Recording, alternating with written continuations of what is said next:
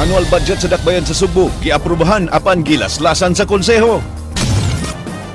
Habagatang Sugbo gipabantay sa katalagman dala sa dautan nga panahon. Mga biyahe sa barko paingon sa Mindanao gipugnan sa Coast Guard.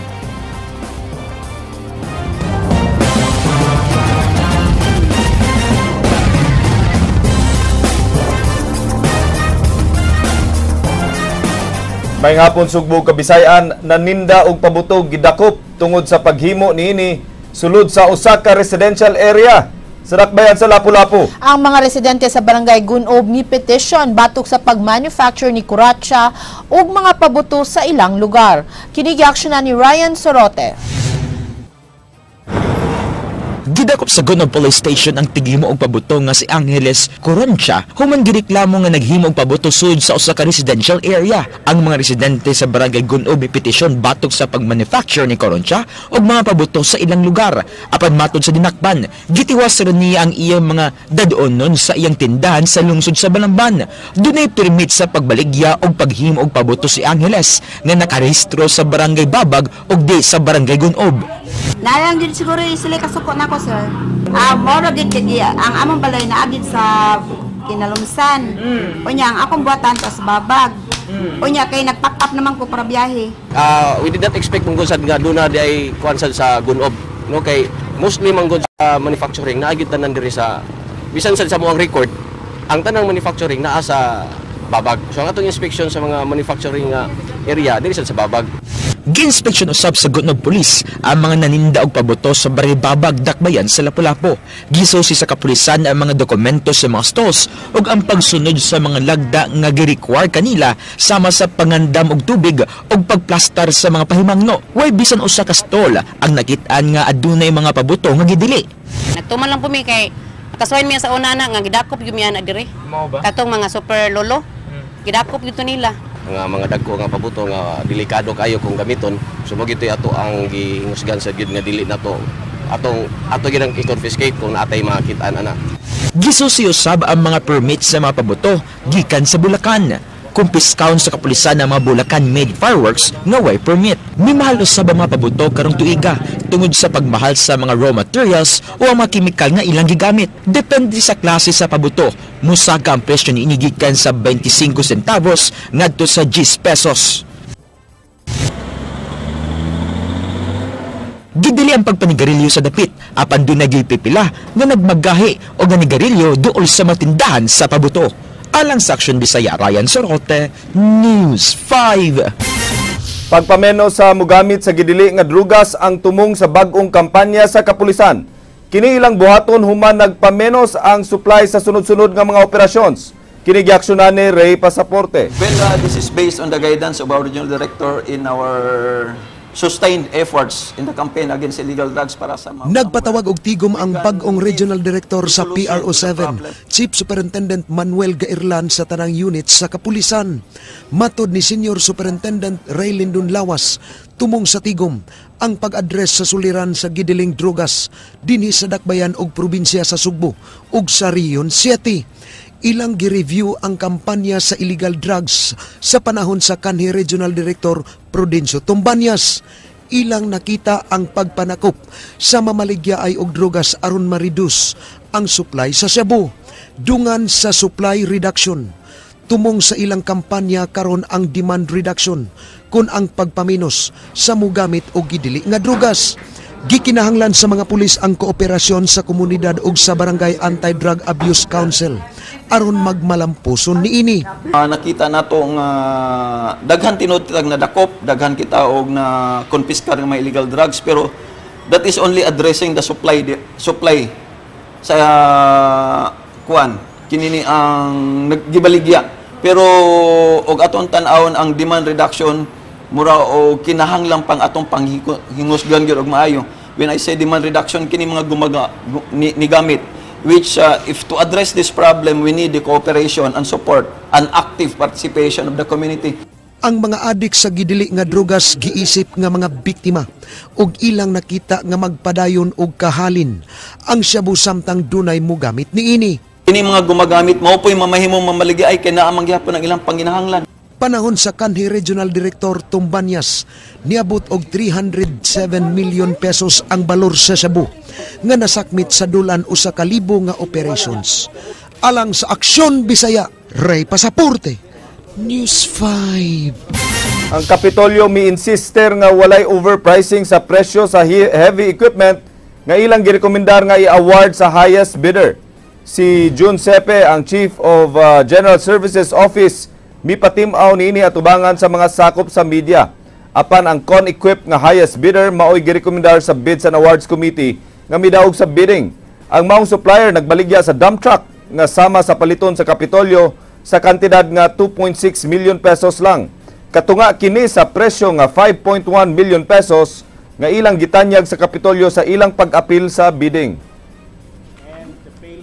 Ang pinakamahal si Vic, mid ang CONEQUIP. Di may makaingon og overpricing kay naghimo man tao ka ng pre-canvas and then we decided on sa nga price man atong ibutang and then they will offer now, they will compete now ug unsa nga price ilang i-offer para they will have a strong chance of winning the contract. So sa kanang comment nga overpricing, I don't know kung asa na sila nagikan ana, but sa among the way we see it. Aksidente ug dili tinuyuan ang pagkamatay sa usa ka police trainee nga nakuryentehan atol sa training dito sa campus sa Regional Public Safety Battalion.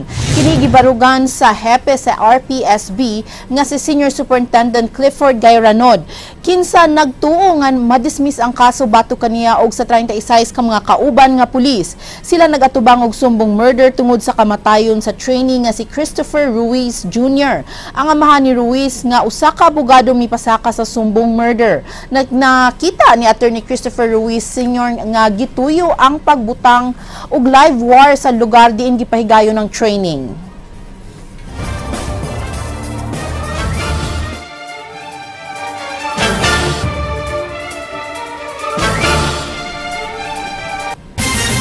Mga pag-uwan masinati sa habagatang Sugbo dala sa northeast monsoon kun hangin nga amihan tungod sa bagyong Onyok.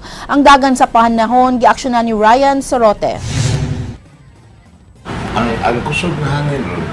Kusog nga pag-uwan na gibanabana nga masinati sa tungatungong Kabisayan sugod karong gabi hangtod ugma. Tungod kini sa presensya sa tropical depression nga si Onyok nga naakaron sa Mindanao. Mas uwanon kay sa ubang bahin sa lalawigan sa Sugbo ang Southern Cebu nga duol sa outer ring ni Onyok. Doon na tayo mga pag-ulan, no? Kusog-kusog na ni pag-ulan nato karong hapon o karong gabi, ngadto na naugma. Pero gayon na to hinay ra ang iyang hangin. More ang atong ulan ang atong masinati dinhi. Tungod sa kapaspas sa pag-irog ni Onyok at 20 kilometers per hour, gibanabana nga moarang-arang ang panahon sa Sabado sa gabi o sa buntag sa Domingo. Gawa sa Central Visayas, uwan usab ang Bicol, Eastern Visayas, Isabela, Aurora, o Quezon provinces nga posibleng mo resulta sa flash floods o landslides. Risgo gihapon ang paglawig sa Luzon ug Eastern Seaboard sa Visayas tungod sa dakong mga bawd mugna sa kusog nga amihan. Pagkakaron, naapado sa east-southeast sa hinatuan Surigao del Sur si Onyok nga dunay gikusgon nga hangin nga 55 kilometers per hour. Pagkasabado gibanabana nga mahimo nilang kini nga usa ka low pressure area og mag-irog paingon sa Palawan ngadto na mogawa sa Philippine Area of Responsibility. So kusog yung dagan karon, so mawa na siya sa par or it's either ma-disintegrate o mabungkang na siya. So it will become a low pressure area.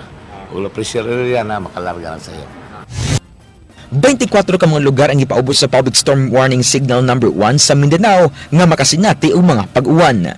Alang sa Aksyon Bisaya, Ryan Sorote, News 5. Gimanduan ang mga disaster management offices sa habagatang kalungsuran sa lalawigan sa Sugbo nga magbantay sa pagbaha ug mga landslide. Kini giaksyonan ni Edwin Cañete. Gimanduan sa Provincial of Disaster Risk Reduction Management Office ang mga sakop sa ilang pundok sa tibok lalawigan sa Subo nga magbantay sa epekto sa Tropical Depression Onyok. Gibanabana nga mulanfall si Onyok karong mga orasa sa Davao Oriental. Ang Information Officer sa PDRRMO nga si Julius Rigner nagkaniyon nga ilang bantayan ang mga landslide prone areas. Ang ligas sa mga LDRMO sa Sugbo, dili lang north or south ang atong tagaan og pagtagad karon, no? Gusto sa presidente si Ben Rodriguez sa Bugo nga tanan nato nga mga local disaster risk reduction management officer mo activate gid sila. Gibantayan pag-ayo sa mga sakop sa Disaster Risk Reduction Management Office ang mga lungsod sa Argao, Dalaget, Buluon, Oslog ug ang siyudad sa Talisay. Talisay usa na no? Talisay and then kato Buluon, Alcoy, Argao, Dalaget, Alcoy, Buluon, Oslog. Kana gyud mga lugar ha. Samtang nanganda usab ang Cebu City Risk Reduction and Management Council batok sa pagbaha ug landslide. Ilang giandam ang mga buses ug mga trucks sa barangay aron ilang evacuation sa mga lugar nga gihulga sa katalagman. Ilang giawhag sa mga barangay sa syudad nga magmatngon batok sa kusog nga pagbunok sa uwan ug hangin. So among gipahibaw ang atong mga barangay nga jutay pagmatngon ug gunugaling makita nila nga namiligro ang ilang mga residente ihikling na ning daan labi na kadtong mga landslide prone area ug gatong ana manimuyo sa mga kasapaan. Alang sa Aksyon Bisaya, Ed Cañete, News 5. Mga biyahe sa barko paingon sa Mindanao gipugngan sa Coast Guard sukad kagabi. Mga pasahero gitambagan nga maghulat sa ilang advisory kung kanus-an nila tugutan ang pagbiyahe. Kini giaksyonan ni Johanna Bahinting. Anaa karon sa heightened alert ang Coast Guard Cebu tungod sa pagsulod sa Tropical Depression Onyok sa habagatang bahin sa nasod human sa bagyong Nona. Matod pa ni Coast Guard Cebu Station Commander Agapito Bibat, 5 ka barko sa Trans-Asia ug Cocalyong ang wala nila tuguti nga mobiyahe. Paingon sa Mindanao kansang mga lugar ubos sa Public Storm Warning Signal number 1. Gipugngan sa pagbiyahe sa Coast Guard ang MV Pilipinas Dumaguete nga paingon sa Surigao, MV Pilipinas Iligan nga paingon sa Osamis ug Iligan, MV Pilipinas Butuan nga paingon sa Nasipit, MV Trans-Asia 10 nga paingon unta sa Cagayan de Oro ug MV Trans-Asia 8 nga paingon sa Iligan. Kagabi 200 ka mga pasahero ang na-stranded tungod sa pagpugong sa mga biyahe sa barko. Nagpa-refund na sila ang mga ticket. Wala na mo dayon. So 291. So karong buntag ganina mga alas 9, wala na tay stranded nga pasahero. Nagpa-refund sila ang mga ticket. Ang mga gagmay nga sakyanan sa kadagatan nga paingon sa Samar ug Leyte nga adunay 250 gross tonnage paubos wala usab tuguti nga makalawig tungod sa kusog nga hangin ug dagkong bawod. Mipahimangno si Bibat sa mga pasahero nga dili mamugos sa pagbiyahe labi na ni atong paingon sa Mindanao. Ilang gitambagan ang mga pasahero nga dili na lang moadto sa pier ug maghulat sa advisory gikan sa ilang buhatan. Ang mga gagmayng panagat gipahimangnuan sab nga dili mopugos sa paglaod aron makalikay sa disgrasya. Is kining atong panawagan sa atong mga pasahero nga karon napamatay typhoon signal number 1 labi nang paingon dito sa Mindanao nga dili lang tapos sila magpaang-ang o ganha sa mga pantalan kay dili mo gid magkalarga ang barko, sayang lang ilang oras nya mas stranded pa sila sa pier. So delikado gyud sa ato mga may nga mga isda. So kung panawagan po sa ilaha nga dili sa sila mopalaw. Samtang naukay ang buhatan sa Cebu Coast Guard Station dihang nakadawat sila distress call gikan sa usa ka barko nga naglawig. Ako nga pala, sa Dumaguete, no? Sige siya kung tawagan Dumaguete. Thank you. Papalihog lang po buwan, contact chip, kung basig makontak na to. Gani nagtinawagay ang mga substation sa Coast Guard ug hangtod nga ilang nasayran nga gikan kini sa usa ka domestic cargo vessel nga paingon modunggo sa Port of Tagbilaran. Ila na lang nasayran nga napislitan lang di ay sa operator ang ilang distress signal button. Alang sa Aksyon Bisaya, Johanna Bahinting, News 5. Proposed annual budget sa dakbayan sa Subo giaprubahan apan gilaslasan sa konseho. Kini giaksyonan ni Johanna Bahinting. Sa usa ka special session sa konseho sa dakbayan sa Sugbo, gipadaplin nila ang pagtuki sa Supplemental Budget number 1 ug gihisgutan ang proposed annual budget sa syudad alang sunod tuig. Labing dako nga source of funds sa proposed budget magikan sa kita sa syudad gikan sa buhis nga mokabat og kapin 4.1 billion pesos. Samtang ang ikaduha nga labing dako nga source of funds mao ang halin sa SRP ug uban pang mga yuta sa syudad sa kantidad nga 2.9 billion pesos. Nakamatngon si Konsehal Noel Wenceslao nga wa maapil sa proposed annual budget ang pagbayad sa utang sa syudad sa pagsukod sa SRP. Mudyo ang bayranan sa syudad karong buwan sa Pebrero. The problem now is we don't have any appropriation for the amortization of interest and principal for the SRP loan payment on 2016, and this coming February 20 we have a due of more or less 200 million in terms of interest and principal charges, and 1.5 million in terms of doc stamps. And since there is no appropriation, Mr. Chair, I'm just concerned because we have to pay penalty charges of 2% per day, which more or less Matod ni Konsehal Margot Osmeña, ang annual budget giduso ngadto sa konseho kaniadto pang Oktubre ug wala mahisguti ang pagbayad sa utang sulod sa duha ka buwan. Yes, there was. Everybody knows that there was an appropriation, recommended appropriation there for the prepayment of the loan, even if that was there. As of now, the documentation as far as prepayment has not been completed, or have we been able to be apprised of the actual status of our application to repay the loan. This is not to pass the buck, but I think that we should all have been responsible, and that should have been brought up at the proper time and not today.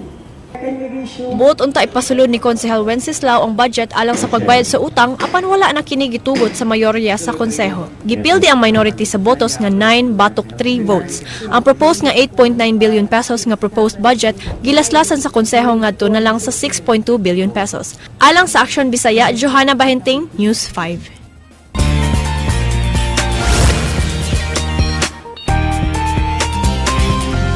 Hola mga kabatid, happy day!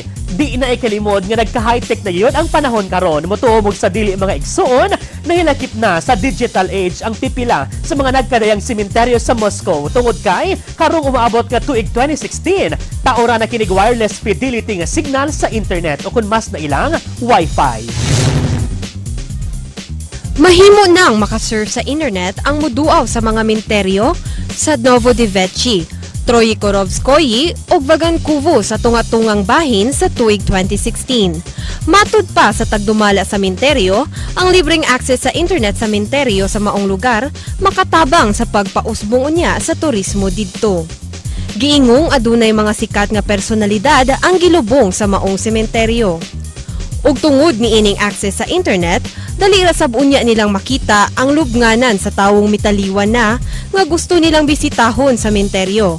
Pinaagi na lang unya sa usa ka application sa internet o gi-search na lamang kini nila sa panahong anaa na sila sa sementeryo. Pipila sa mga nabantog ug inilang mga personalidad nga anaa gilubong dinhi mao ang banggiitang manunulat nga si Anton Chekhov, usa ka leader sa Soviet Union nga si Nikita Khrushchev ug ang kanhi presidenteng si Boris Yeltsin. Laing rason sa pagpabutang og Wi-Fi signal sa maong menteryo tungod kay base sa usa ka pagtulunan, migawas nga mahimong magdugay og stay ang usa ka tawo sa usa ka lugar kung accessible kini sa internet. Maong samtang nag-surfing ka sa internet, may bonding moments sab kamo sa imong kabanay nga mitaliwan na sa laing kinabuhi. Og maokad ka naglangkob sa atong live news karong hapon. Alang sa walay karapusang mga chikas, nabalik ko ninyo matag alas 7:30 hangtod, alas 9 sa buntag, Lunes hangtod Biyernes sa Rated JP sa Radio 511.9 News FM Cebu. Kini si JP Laucot Serra ang atong word of the day nagkanayon. To lie is not a sin because to lie is a bridge and a sin is salt. Agay!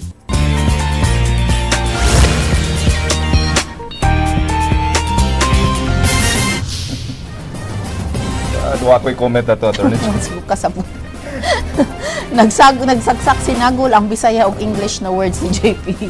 So, pero katulang ang Wi-Fi, no? Yes. Nasa menteryo. Diri sa tuwa sa atong nasod, kita pagyapoy pinakahinay nga Wi-Fi sa Tibok Asya. You know, I'm happy you brought that out because sometimes when you take a plan in a certain kaning phone company, they tell you it's unlimited. And yet somehow in the middle of the month I get that I have exceeded my pareha ba na? Or did I understand it right that it says you have exceeded your whatever capacity and so it will lower my usage. Is it the same thing? But if when I signed up it says unlimited, so why are they now telling me I have exceeded it? Actually, daghang yung mga reklamo, Yes. mga unfair practices or kanang mga dili bitaw klaro nga mga detalye sa mga arrangement. I do understand there's a fair usage policy, but then they should not sell then and say that it's unlimited usage. That's the way I see it. Diba? Kay murag misrepresenting. And tausan na ka nang sa business, mag-market kag sayop. So, for us to be competitive, we need to have a stronger Wi-Fi. Exactly. Na mo managhimo nga usa sa mga plataporma ng gobyerno sa uban natong mga kandidato. Attorney Georgia, 7 days before Christmas. yes, 7 days. 1 week na lang, Jude Glenn. 1 week. 10 weeks. Have a good weekend. You too, and have a good weekend, everyone. Maukat to ang mga balita sa Aksyon Bisaya. Ako si Glenn Sopo. Mga balita nga pundasyon sa ligdo nga opinyon ng konkretong solusyon. Ako si Georgia Herrera. Bisan asa, bisan kanusa. Kapatid. Kadi lang kutob sa balita. Aksyon! Christmas is for